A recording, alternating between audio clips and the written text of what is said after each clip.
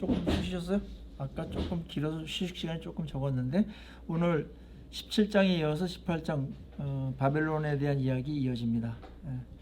우리들에게 있어서는 우리가 사는 세상 이야기이고 이 세상이 겉으로 보기보다는 영적으로 보고 또 그 이면을 보면은 이러한 영적인 전쟁이 치열한 곳이다. 그래서 성경이 깨어있으라고 계속해서 말하는 것이 뭐고 깨어있을 게 뭐가 있어 이런데 그게 아니고 이런 세상 속에서 사탄이 우리를 틈만 나면 넘어뜨리게 만들고 포도주 먹여가지고 제정신 아니게 만들고 그렇게 하는 싸움들이 우리에게 있다. 자, 오늘 그러면 이 바벨론이 이렇게 막강하고 거대하고 세상을 인류를 지배하면서 끌고 갑니다. 보십시오. 이제 뭐 OECD 정상회담을 한다든지 하면은 최고의 주제가 뭐예요? 경제예요, 경제. 그거는 우리에게 필요하기 때문에 하는 것일 수도 있고 결국은 바벨론이 만들어 놓은 것은 그것 갖고 움직이는 겁니다. 앞으로 더 치열할 겁니다. 그래서 인간이 필요한 것 이상으로 다 엄청나게 만들어서 부를 축적을 해요. 그래서 지구는 몸살을 앓게 되고 탐욕 때문에 탐욕을 못 견뎌요. 자원도 이제 고갈이 되겠죠. 뭐 이러면서 또 다른 이제 어려움들이 재앙들이 닥칠지도 모르죠. 그래서 경제 때문에 또 전쟁질도 하고 그다음에 서로 미워하기도 하고 아니 뭐 미국하고 그냥 중국하고 잘 그냥 지내면 될 것 같은데 그렇게 안 지내요 인간은. 서로 침략을 뭐 하는 것도 아닌데 그래서 그 사이에 우리나라만 엄청나게 또 힘들어지고 이러지도 못하고 저러지도 못하고 정치하는 사람은 진짜 힘들 것 같아요. 그때 이제 지혜가 좀 필요한데 이러한 이렇게 막 돌아가는 게 이제 이게 세상이다 이렇게 보면 되겠습니다.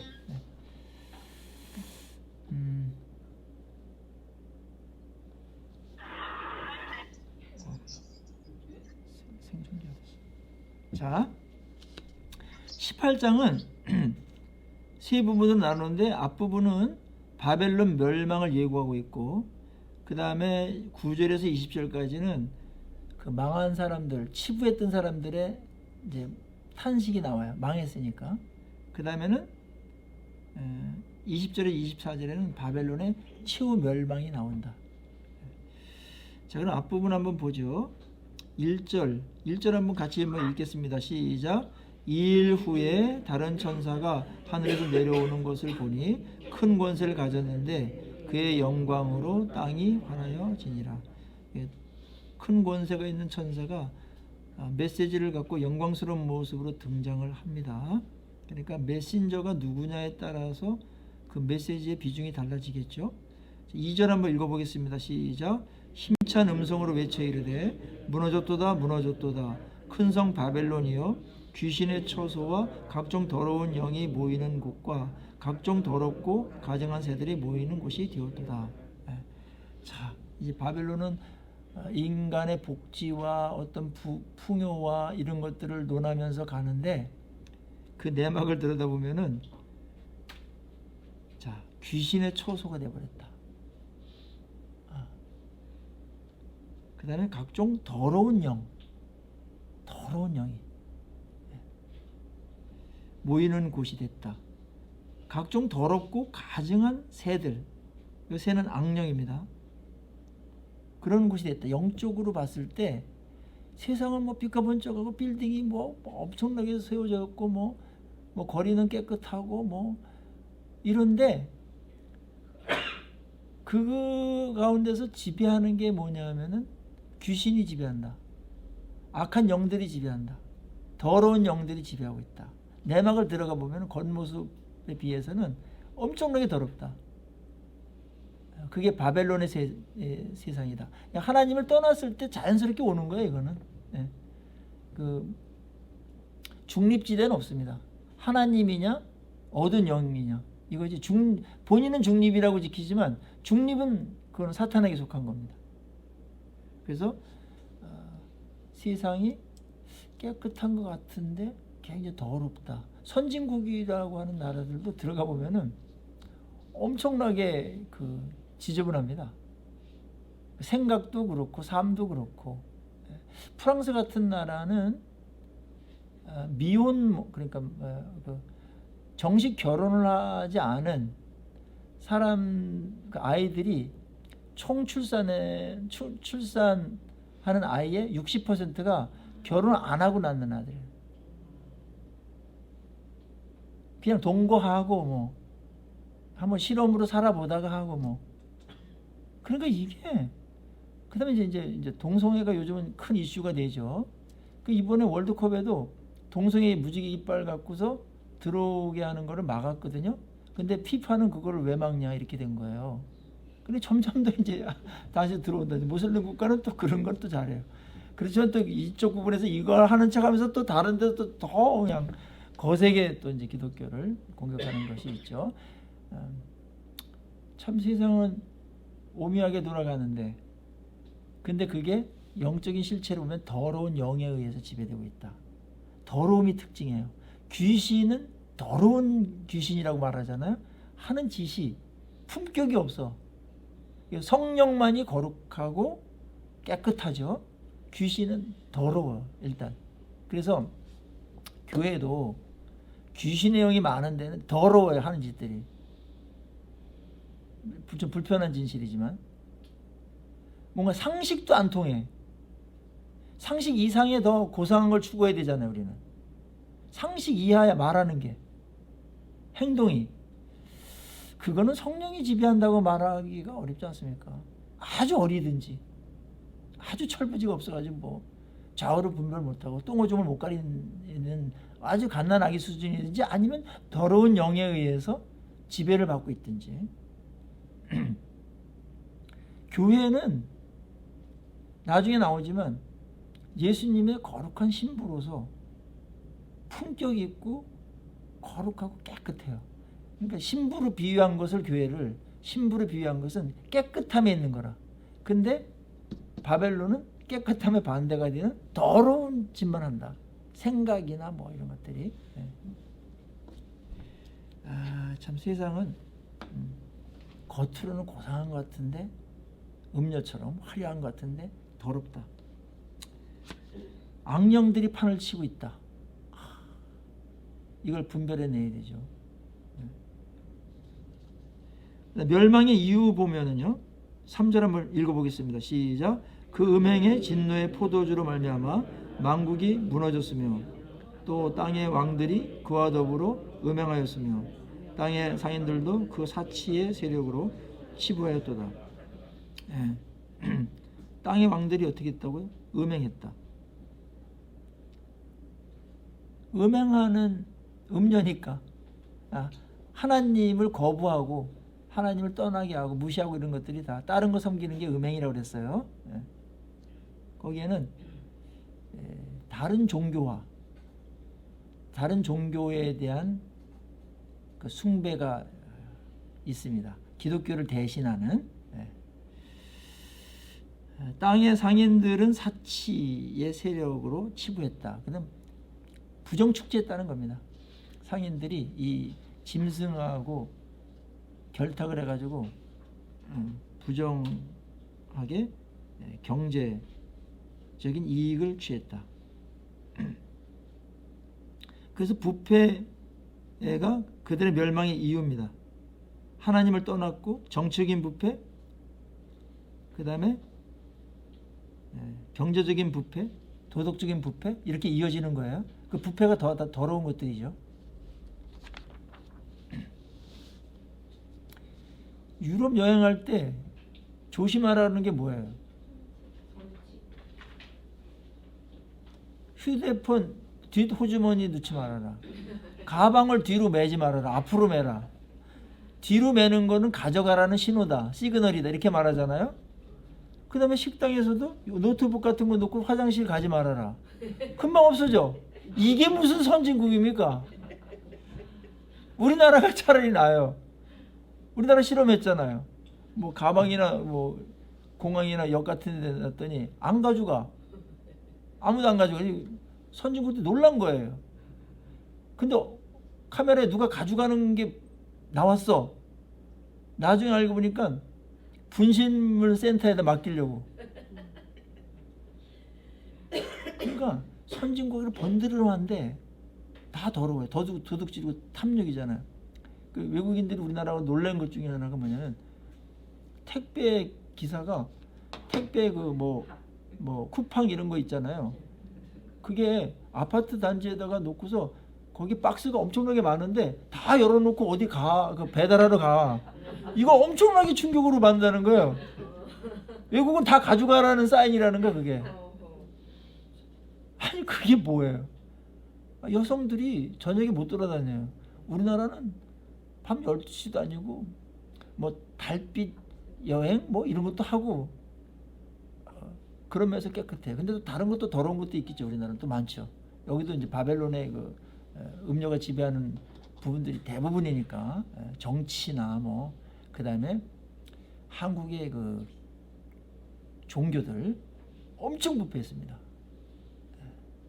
사실은 이게 매스컴에 일부 보도된 게 다행이지 이들이 다 나오면은 더 구역질 나는 게 많습니다. 이제 이럴 때 이제 기독교가 더 해야 되는데 잘해야 되는데요. 하여튼 이 교회를 무너뜨리는 것은 바벨론 음료에 의해서 무너진다. 더러워진다. 그래서 개인이 성도 개인이든지 교회든지 1순위로 추구해야 될 게 뭐냐면 깨끗함입니다. 거룩함. 거룩함. 그게 이기는 거예요. 근데 거기에 대해서 정의와 복수를 위한 요청이 5절 그래서 7절에 나와요. 거기에 보면 그가 얼마나 자기를 영화롭게 하였으며 사차였는지 그래서 그 멸망에 대한 이유도 나오고 이들을 하나님 멸망하도록 해주십시오. 이렇게 이제 성도들의 기도가 있습니다. 교만과 자기 도취 이런 것들이 이제 세상의 포도주에 취한 자들이다. 그 다음에 8절 한번 읽어보겠습니다. 시작. 그러므로 하루 동안에 그 재앙들이 이르리니 곧 사망과 애통함과 흉년이라. 그가 또한 불에 살라지리니 그를 심판하시는 주 하나님은 강하신 자이심이라. 이렇게 견고하고 강하고 그 부유함과 그 사치가 계속해서 빼앗기지 않고 지속 가능하도록 시스템도 만들어 놓고 자녀들에게 상속까지 다 만들어 놨어. 에? 그런데 그게 어느 날 하루 동안에 다 무너져 버린다. 그거예요. 하루 동안에.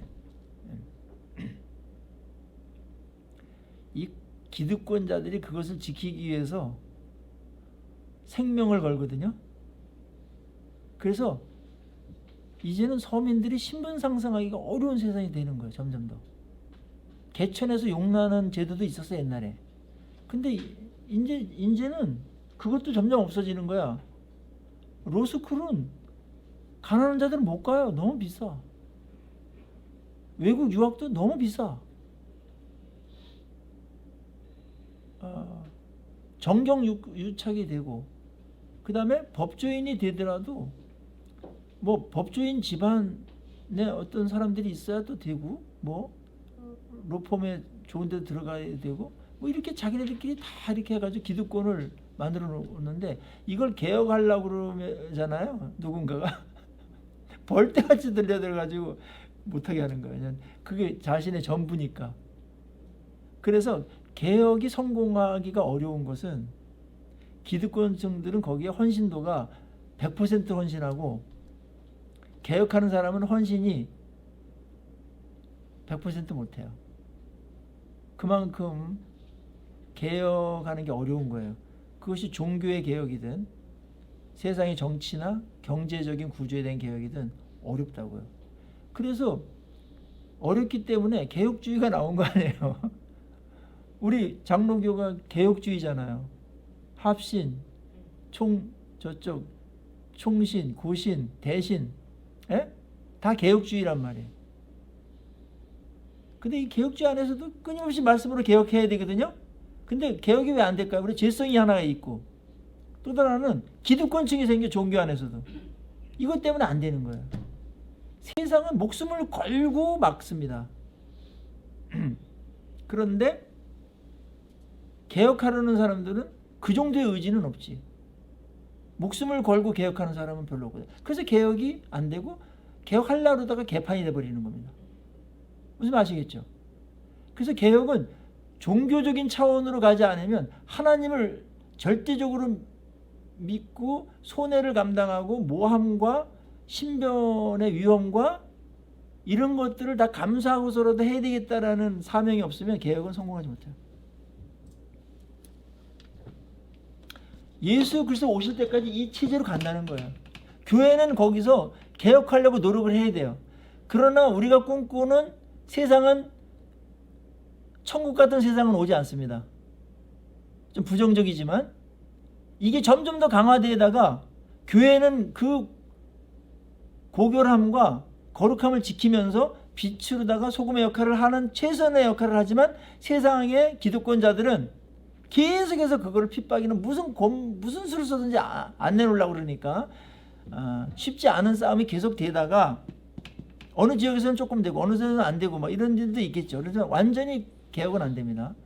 그러다가 예수님께서 오셔서 심판함으로 이 모든 게 다 끝나버린다. 그게 바벨론의 멸망이라는 것으로다가 이야기하는 겁니다. 그러나 우리는 지금도 나 하나로 인해서 우리 교회로 인해서 빛을 발하고 조금이라도 나아지는 것이 하나님의 뜻이고 하나님 좋아하는 일이기 때문에 그걸 해야 되는 거예요. 그러나 너무나 절망할 필요는 없어요. 어차피 온 나라가 온 세계 전체가 그렇게 순수하게 개혁될 수 없다라는 것을 이미 말하고 있거든요. 그런 가운데서도 우리는 해야 된다. 그게 우리가 해야 될 일이에요. 알았죠? 그 자체에 의미가 있는 거예요. 우리는. 조금 김 빠져요? 아무리 해도 안 된다라는 말 때문에 현실이에요. 알았죠? 그래서 너무 실망하지 마시라고. 그럼 우리는 끊임없이 전도해야 되고 빛을 비춰야 되고 세상 사람들에게 복이 되도록 해줘야 되고 이런 우리가 해야 되는 일이에요. 다 변하지 않을지라도 우리가 해야 될 일은 해야 된다. 하나님께 그걸 아시고 귀하게 보신다. 때때로 로마가 기독교에 항복하는 그런 때도 있었으나 부분적으로 있을 수도 있어요. 그러나 대부분의 바벨론의 세상은 이렇게 지속될 것이다. 그러나 어느 날 갑자기 저러다가 망한다. 갑자기. 야, 여러분 옛날에 그 구소련 붕괴될 때 있죠. 에? 후르시초프. 뭐 그때 누구죠? 그거를 주도했던 그 사람이 있어요. 한 명을 딱 세워가지고 완전히 무너지는 거예요. 그게 그런 심판이죠. 그리고 하나님께서 또 그런 기회를 주실 때도 있어요. 그러나 바벨론의 멸망은 그 이상의 멸망입니다. 자, 바벨론이 멸망되자 그 기득권층들이 어떻게 반응하나 보세요. 9절 10절은 애통합니다. 자, 9절 한번 읽어보겠어요. 10절하고 시작. 그와 함께 음행하고 사치하던 땅의 왕들이 그가 불타는 연기를 보고 위하여 울고 가슴을 치며 그의 고통을 무서워하여 멀리 서서 이르되 화 있도다 큰 성 견고한 성 바벨론이여 한 시간에 내 심판이 이르렀다. 그게 다 무너지는 것을 보면서 패망하고 멸망당한 소돔과 고모라 성을 보는 것처럼 한 시간에 무너지고 심판을 받고 그것을 보고서 아연실색하면서 울부짖습니다. 자기의 모든 것들이 자기의 생을 다 던져서 만들어 놓은 것들이 하루아침에 사라지니까요. 그 다음에 상인들도 애곡합니다. 11절에서 13절은 그 상인들이 그동안에 수입하고 수출하고 팔고 살았던 품목들인데 여기 이제 28가지가 나와요. 그런데 4 곱하기 7이죠. 4는 세상이고 7은 모든 거니까 모든 거를 다 여기에 품목들이 이제 요건 일부지만 들었는데 생필품은 거의 없어요. 다 뭐죠? 사치품이에요. 그리고 일반 서민들이 좀 만지기 어려운 것들이에요. 그리고 전 세계에서 이런 것들을 다 갖고 와가지고 팔고 살았어요. 뭐 로마가 당시에 그랬죠. 근데 여기에 눈에 띄는 게 한 가지가 있는데 맨 끝에 보세요. 양과 말과 수레와 종들과 뭐죠? 사람의 영혼들도 팔고 살았다. 종들을 팔고 사는 것도 큰 범죄인데 사람들의 영혼을 팔고 살았다. 팔고 샀다. 이게 타락입니다. 인간을 거래한 거죠. 여러분들 그 검투사 영화 나오는 거 있죠. 검투사 그 영혼을 사는 겁니다. 몸도 살고 생명을 사는 거거든요. 검투사는 계속 이겨야 살아남아요. 한 번이라도 지면 죽는 거예요. 근데 결국 죽겠죠. 그래서 이제 검투사를 보면서 뭐 황제들이나 또 그 귀부인들이 그걸 즐기고 여러분들 피를 흘리며 죽어가는 거를 즐긴다고요. 이게 악한 영에 사로잡히지 않으면 그런 걸 할 수 있을까요? 제정신 아니잖아요.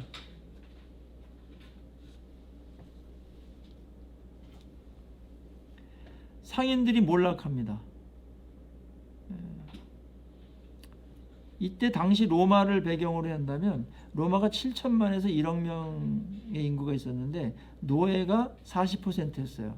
3, 4천만 명이었거든요.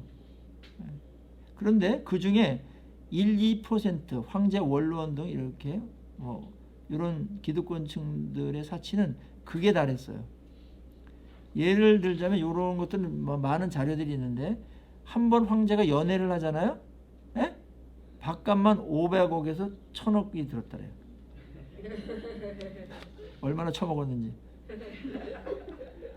하도 맛있는 걸 먹어가지고 토하고 또 먹고 이랬다는 거예요. 이런 것도 봤어요, 제가. 미꾸라지가 맛이 있는 요리 중에 하나였대, 이때. 근데 어떤 미꾸라지가 맛있냐면은 사람의 시체를 파먹고 난 미꾸라지. 사람을 빠뜨리는 거야. 그럼 얘네들이 막 들어가가지고 이 안에서 했는데 그거를 이제 요리해가지고 먹는 거. 이런 것들. 이게 더러운 거죠, 이제. 이게 더러운 쪽으로 가거든요, 이게. 더럽잖아요. 그 다음에 나이팅게일의 혀를 볶아가지고 먹었고, 황금상아로 된 탁자. 한 개당 이제 몇 억이 되는데, 이게 코끼리 뭐 몇십 마리 잡아야 되겠죠. 그걸 30개 이상 늘어놓았다. 이건 약탈이 아니면 불가능한 거죠. 누군가 엄청난 부조리와 부패와 약탈과 누군가에게는 손해를 입히면서 이걸 한 거죠. 네. 하나님은 이거를 공의라고 보지 않는 거기 때문에 불쾌하게 여기시고 심판의 대상으로 여기십니다. 네.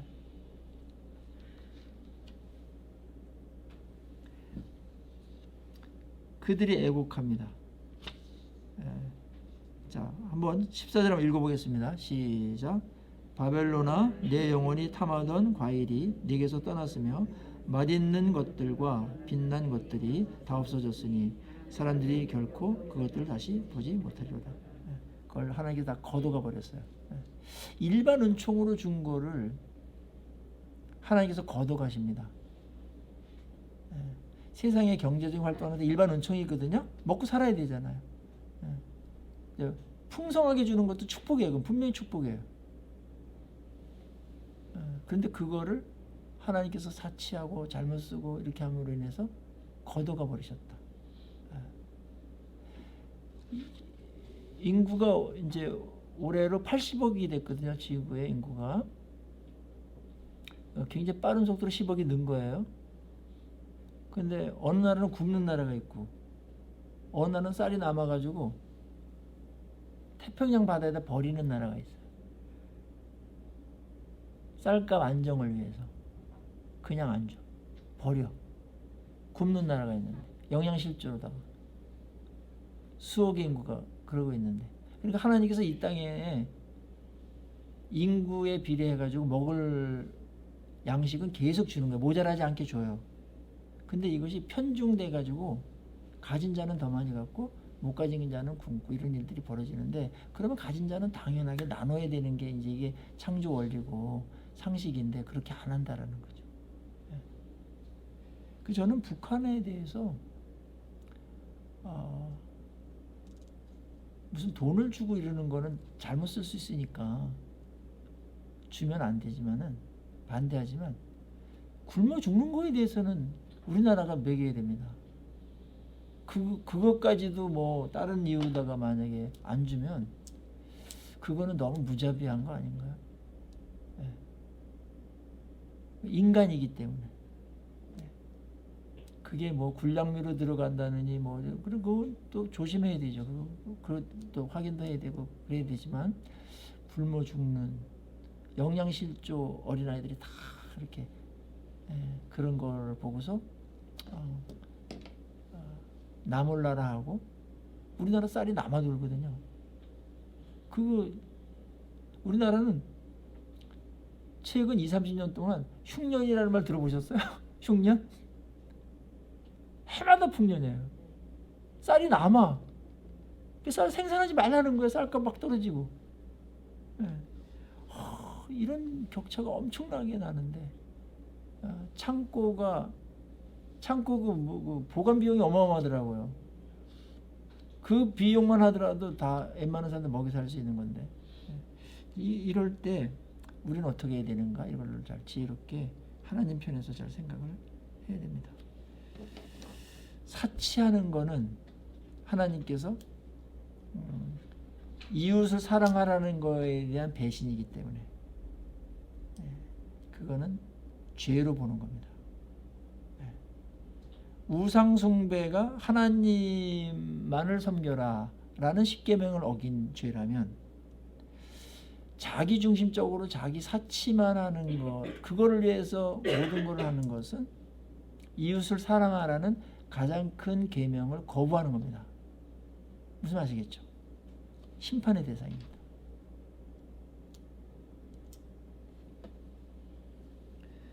그래서 한국교회가 잘한 거 있어요.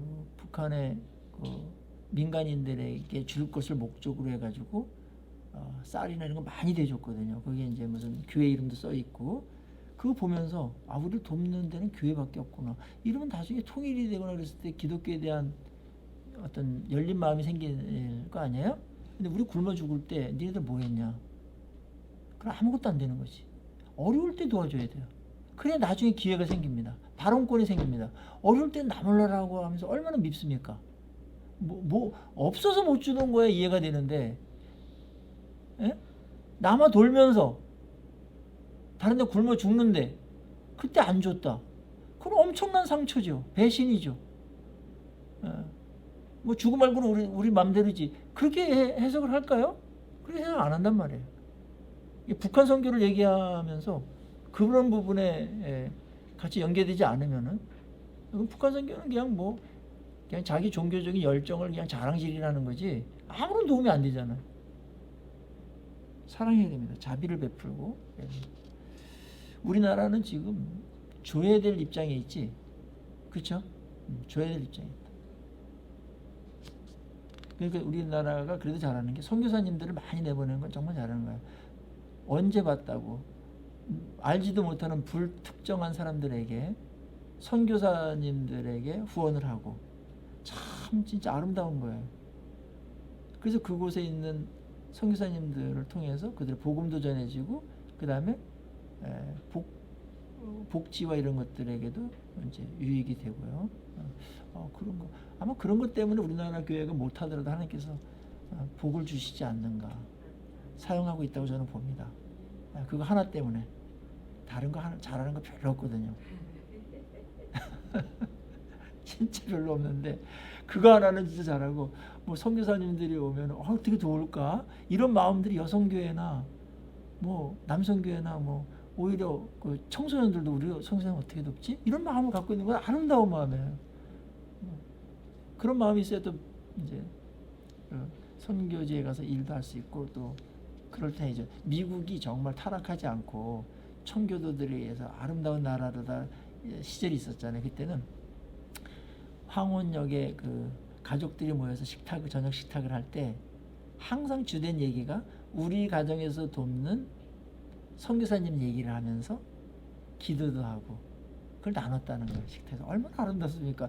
하나님께서 이런 데 축복 안 할 수 있겠습니까? 축복 받을 짓을 해야 뭘 하지. 축복을 해주면 지네들이랑 처먹고 그냥 타락을 하는데 하나님 늘 딜레마가 그거예요. 축복은 흘러가야 된다. 흐르지 않으면 썩는다. 흘러가면 채워진다. 놀라운 거죠. 이들은 뭐 그런 게 없었어요. 그냥 자기 배만 불리고 그냥. 그래서 그때 해양업자들도 굉장히 톡톡한 재미를 봤는데, 물론 노를 짓거나 이런 사람들은 아니었겠지만, 그 무역상들 있죠. 선주 이런 사람들은 기득권층이거든요.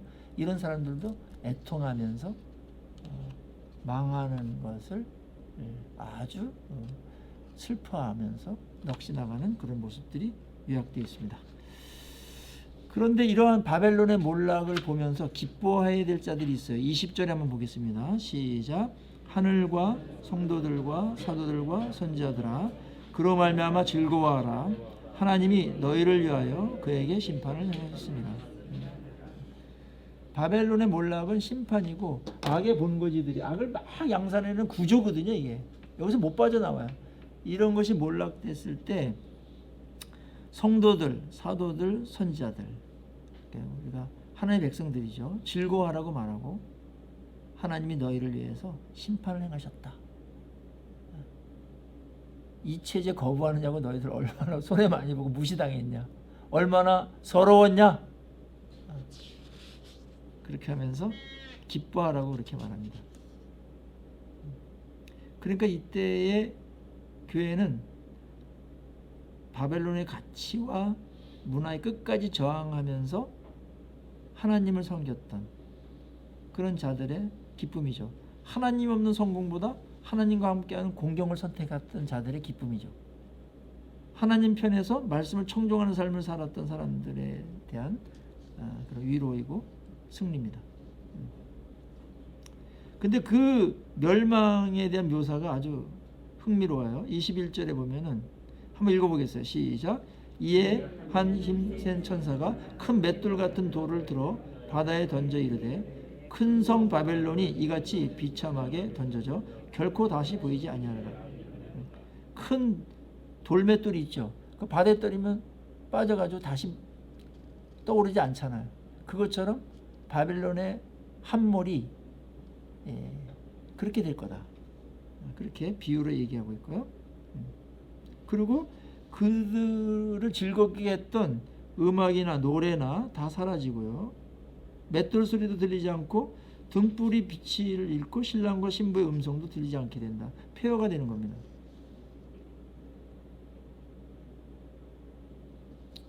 그런데 우리가 예수님의 그 마태복음 24장 37, 32절에 보면 노아의 심판 전야를 얘기하면서 그때 시집가고 장가가고 뭐 이런 거 얘기를 하잖아요. 쭉 그 이야기를 하세요. 마지막 때도 그럴 거다. 그러다가 와서 망해버린다. 근데 그때 예수님께서 죄악에 대한 거를 생략을 하고 일상에 몰두했던 것을 이야기해요. 심판 전에, 노아의 심판 전에도 죄악이 많았잖아요. 그때 폭력과 음란과 이런 게 막 있었단 말이에요. 그거는 얘기하지 않고 너희들이 그때 노아의 심판 전야 때 시집가고 장가가고 일상에 몰두했던 거, 그걸 얘기해야 돼. 근데 그게 이제 예수님께서 말하고 싶었던 건데, 죄는 뭐 심판받아 마땅하다고 생각하잖아요. 근데 일상에 몰두하는 거, 하나님의 나라나 교회나 하나님의 영광이나 이런 거를 잊어버릴 정도로다가 몰두해버리는 거, 그게 심판 전야에 일어날 거다. 그러니까는 일상에 함몰되도록 몰입하는 건 안 좋습니다. 열심히 하고 집중해서 하는 거는 좋은데 하나님을 잊어버릴 정도로, 하나님 나라를 잃어버릴 정도로, 그 다음에 심판을 잃어버릴 정도로다가 거기에 함몰되어 가지고 하는 것은 바벨론의 포도주에 취한 상태다. 그렇게 보는 거예요. 그래서 깨어라는 거예요. 깨어라. 깨어라는 게 잠에서도 깨어나는 것 있고 술 취한 데서 깨어라 이거예요. 깨어야 된다. 그러니까 어떤 사람이 취한 사람이냐면, 여기 한번 답해 보세요. 세상 사람 다 그렇게 사는데 뭐 우리라고 뭐 다르게 살 수 있습니까? 이렇게 말하는 사람은 술 취한 교인이에요. 다르게 살아야 됩니다. 성경이 언제 그렇게 살라고 그랬습니까? 에? 술 취하면은 자꾸 타협하고 싶다고. 그래서 오늘 얘기는 뭐냐면 그 바벨론에서 나오라 이거예요. 그렇죠? 바벨론에서 나오라. 그게 오늘 주된 메시지예요. 왜냐면 멸망할 것이기 때문에. 멸망할 것이기 때문에. 바벨론에서 나오라고 계속해서 외쳐요.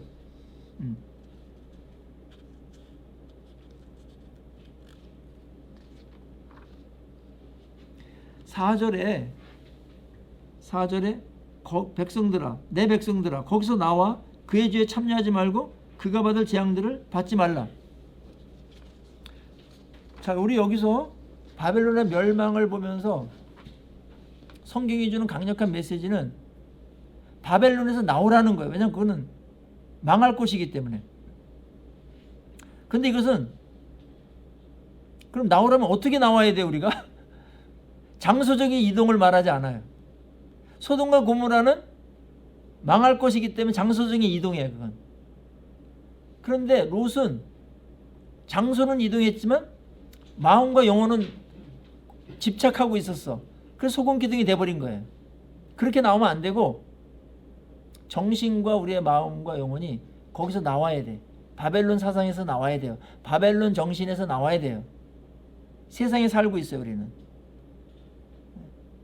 다른 우주로 떠난다든지 별세계로 갈 수 없어요. 여기서 끝까지 살면서 버티면서 할 일이 있어요. 근데 바벨론에서 나오라고 말해요. 나오라고 말하는 건 뭘까요? 그것이 오늘 메시지죠. 세상 속에 살지만 세상을 본받지 말라. 세상 가는 대로 가지 말라. 바벨론이 행하는 악의 가치관에 물들지 말라. 바벨론 정신을 끊어내라. 구별되게 살아라. 요약하면 하나님의 백성답게 세상 사람들처럼 사는 것처럼 살지 말아라. 다른 것을 추구해야 됩니다. 우리는 이 세상에 있는 것들은 수단이에요. 그것이 목적이 되지 않도록 해야 됩니다. 섬기는 거는 더 안 되는 일이죠. 그래서 로마서 12장 1절에서도 너희는 이 세대를 뭐라고 그랬어요? 본받지 말고. 그거는 세상의 가치관이에요. 바벨론의 사상이에요. 이 세상이라는 것은. 알았죠? 부정적인 의미에서. 학교도 가지 말고 직업도 그만두고 그런 얘기 아니에요. 그거 다 해야 돼요. 그거는. 어떤 사람은 또 이것 때문에 또 신학교로 도망 온 사람들이 있는데 그 잘못이에요. 직장 생활에 실패해가지고 신학교 오는 사람도 있더라고요. 난 그거 반대입니다. 직장 생활 성공적으로 잘하고 그런 사람이 사명받아가지고 와야 되지, 망해가지고 오갈 데 없어가지고 신학교 도피처럼 왔다. 신학교 무시해도 이거 유분수지. 쫓아내버려야 돼 그냥. 그래가지고 어떻게 세상을 바꿔요? 자기 하나 몸 감수 못하면서. 그래야지 교회를 맡아 이게 되겠어요? 바닷물은 짜지만 그 물을 먹는 물고기는 짜지 않죠. 그렇게 살아야 한다는 거예요. 세상 속에서 우리가 생존을 위해서, 그다음 우리에게 하나님께서 또 넉넉하게 주시고자 하는 것이 하나님의 마음이에요. 그거는 여러분의 신앙의 기준으로 잘 정하세요. 알았죠? 너무 과하다 이렇게 하지 말고 하나님께 가서 하나님 이 정도면 제가 그래도 절제하면서 그래서 살았죠. 청렴 정도는 아니지만 제가 이 정도로 살려고 했습니다. 이 정도까지는 나름대로 양심껏 정하세요. 믿음의 분량대로 정하세요. 포르쉐 5대 사고 그러지 마시고 헬기 타고 다니고 제발 그러지 마시고 정하시고 그걸 하는 것은 아름다운 것이고 하늘에 보물을 쌓아놓는 것이에요. 우리가 누군가보다 많은 것이 있다면 그거는 축복이 아니고 사명이에요. 누구보다 내가 잘하는 것이 있다면 그것은 자랑이 아니고 사명이다. 아셨죠? 분명하잖아요. 아니 상식 아니에요? 상식이잖아요. 다른 사람들 나한테 뭘 많이 줬어 하나님께서. 그거 갖고 다른 사람들 섬기라는 거지. 복되게 하고. 그건 사명이지. 그거 갖고 무슨 교만해지고 뭐 자기 확장하고 뭐 자기 뭐 증명하고 이러고 뭐 잘난 체하고 다니고 이러려고 준 건 그건 너무나 아니잖아. 너무 상식선에서 왜 줬냐? 왜 많이 줬냐? 왜 잘하게 했냐? 물어야 돼요. 안 묻죠. 물으면 뻔하니까. 아주 이기적이에요, 이게 이제 바벨론 문화에서 계속 유혹받는 거기 때문에 쳐내야 돼, 계속해서 쳐내야 되고. 그래서 성경은 구별되게 사는 것 자체가 거룩이다 그렇게 말하는 거죠. 그게 성공이다. 그게 승리다. 멋있지 않습니까? 세상은 그렇게 가더라 만족도 없어요. 그냥 남이 부러워하기 때문에 그렇게 사는 것 뿐이에요. 아셨죠? 거기에 속지 마시라고. 그래서 실체를 보여주는 거예요. 실체를. 더럽다 이게. 만족도 없다. 행복하지도 않다. 제가 이제 마무리 하나 재밌는 얘기 하나 하고 오늘 강의를 마치도록 하겠습니다. 현대 작가 중에 캐스트너라는 작가가 있는데 이분이 이제 신포도주에 대한 이야기를 했어요. 이솝 우화에 어떤 얘기가 나오냐면은 여우들이 포도원으로 들어가요. 뚫고서 들어가요. 여우처럼 들어가서 포도를 따먹어. 근데 밑에 이제 흙 묻은 것도 따먹고 막 따먹는데 저 높은데 포도가 열려 있어. 그래서 그걸 따먹지 못하니까 그들은 이렇게 말해요. 저 포도주는 맛이 없을 거야. 그러면서 안 따먹어. 저 포도주는 맛없을 거야. 이게 더 맛있을 거야. 이러면서 이제 자위하면서 해요. 근데 어느 날 점프력이 굉장히 좋은 여우가 쫙 해가지고 포도를 따먹어. 근데 진짜 맛이 없었어. 쉬었어. 근데 그 여우가 딱 내려오면서 표정을 딱 관리하면서 이 포도주가 얼마나 맛있는지 알아? 니네들 안 먹어봐서 모를 거야. 이렇게 말해요. 그러니까 밑에 있는 사람들이, 밑에 있는 여우들이 우와 이랬어. 부러워하기 시작했어. 근데 걔는 시고 맛이 없는데 계속 그것만 따먹어. 에? 계속 그것만 따먹다가 위궤양에 걸려서 사망하는 거야. 그게 이제 캐스터가 이제 현대인을 우화적으로 풍자한 거거든요. 바벨론 시대에서 그걸 우리는 허영이라고 말한다. 허영을 쫓지 마시라. 에? 강의를 마치겠습니다. 바벨론의 멸망을 보면서 망할 회사에 투자할 사람 없죠? 빨리 주식을 빼야죠. 망할 거 알면. 타이타닉호가 출발할 때 탑승권까지 다 끊었어. 탔어. 망할 걸 알았어. 빨리 내려야죠. 무슨 아시겠죠? 그런 의미에서 절박하게 바벨론에서 나오라 이렇게 말합니다. 우리 나와도 갈 데가 많죠. 우리는 이 유혹을 계속해서 받고 있는 이 바벨론이 지배하는 세상에 살고 있다. 선전 문구 하나도 다 바벨론 사상이 배어 있다. 저 바닷가에 좋은 리조트 하나 사면은 당신의 인생은 정말 행복할 거야. 거기서 네스카페를 마시면서 바다를 보면은 얼마나 행복하겠냐. 바벨론의 포도주죠. 그런데 진짜 샀대. 며칠은 얼마나 엄청 좋더래. 근데 나중에 지루해지고 바다만 계속 보니까 우울증에 걸렸어 이 사람. 바다 계속 보면 우울증 걸린. 그러니까는 며칠은 행복할지 모르나. 근데 그 며칠 행복 때문에 자꾸 속고 안 해봤으니까 부러워하고 그러지 마시라. 다 보여줬잖아요. 알았죠? 망한다. 더러워진다 이게. 타락하게 된다. 황폐하게 된다. 허세만 남게 된다. 아셨죠? 자, 오늘 어마어마한 통찰을 우리에게 우리 17장 18장에서 계시해 주셨습니다. 이 계시가 여러분의 마음의 빛을 비춰주고 우리가 구별된 자로서 이 어둡고 더러운 세상을 정결하게 살아갔으면 좋겠습니다. 네, 강의 마치겠습니다. 감사합니다. 네.